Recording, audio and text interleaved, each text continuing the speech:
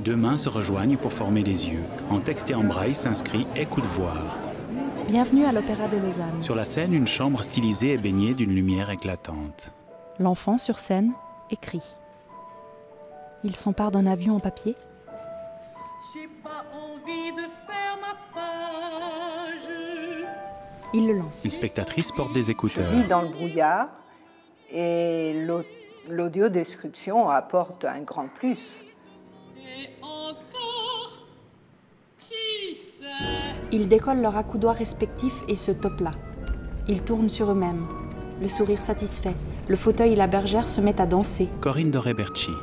L'association Écoute-voir a pour objectif de favoriser l'accès aux arts vivants pour les personnes en situation soit de handicap visuel, soit de handicap auditif, en proposant des mesures comme l'audiodescription. Sur une scène de théâtre, les vantaux carrés du haut des 5 cabines s'ouvrent comme des fenêtres.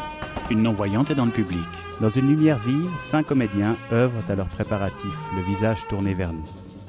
De gauche à droite, s'il y a des comédiens qui vont jouer plusieurs rôles, s'il y a beaucoup d'accessoires dans la mise en scène, s'il y a des moments sans texte, j'aurai un support auditif qui va me permettre de pouvoir suivre ce qui se passe comme les autres spectateurs dans la salle. Même si mon imaginaire est très développé, l'audiodescription m'aide énormément aussi. Avec l'audiodescription, j'ai de nouveau la joie, un peu l'enthousiasme de revoir un spectacle. il tourne sur lui-même en effectuant des arabesques avec les mains. Ils se rejoignent au centre, se prennent par les mains et avancent face à nous, virent sur place, retournent vers les cabines, puis reviennent vers nous en chassant les jambes de côté. On choisit des spectacles en tournée pour éviter les déplacements aux personnes qui sont malvoyantes et aveugles parce que c'est compliqué pour eux.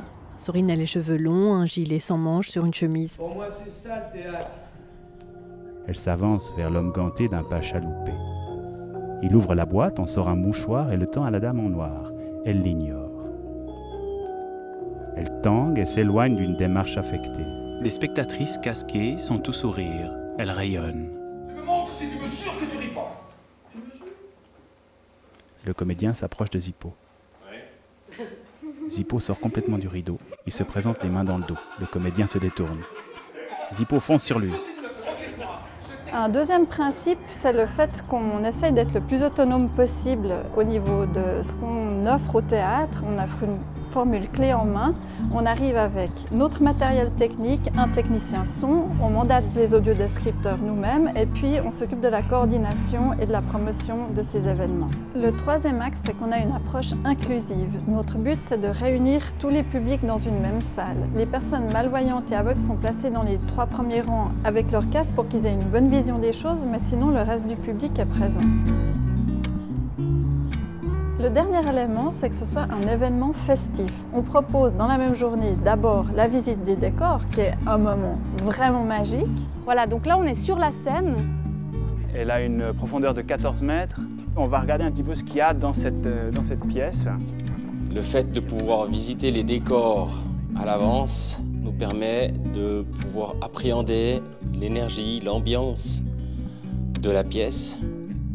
Quand le personnage arrive sur scène et que l'audiodescripteur dit « vous avez l'oiseau qui arrive », le fait d'avoir touché le masque de l'oiseau, mon imaginaire me permet de voir cet oiseau. Donc je vis la pièce de théâtre de la même façon que quelqu'un qui a toutes ses facultés visuelles. Et ça, c'est hyper important. Sur une scène de théâtre, une dame parcourt des doigts l'aile d'une mouette empaillée. Un enfant découvre un marchepied sur une structure métallique.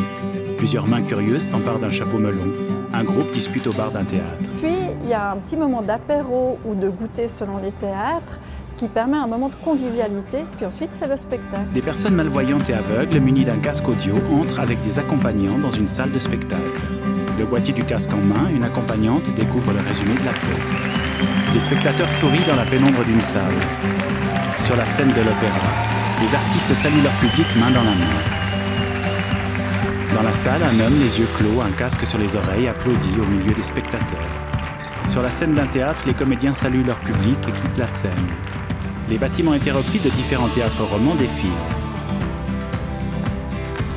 Depuis 2014, l'association Écoute-Voir organise des spectacles pour les personnes en situation de handicap visuel et auditif dans de nombreux théâtres de Suisse romande. En soutenant l'association Écoute-Voir, vous lui permettez d'exister et de construire son activité. Rendez-vous sur www.écoute-voir.org. Au générique s'affichent les noms des membres fondateurs du comité de l'association ainsi que ceux des collaborateurs d'Écoute-Voir. Un grand merci à toutes les personnes qui ont accepté de témoigner dans ce film. Association Écoute-Voir 2016.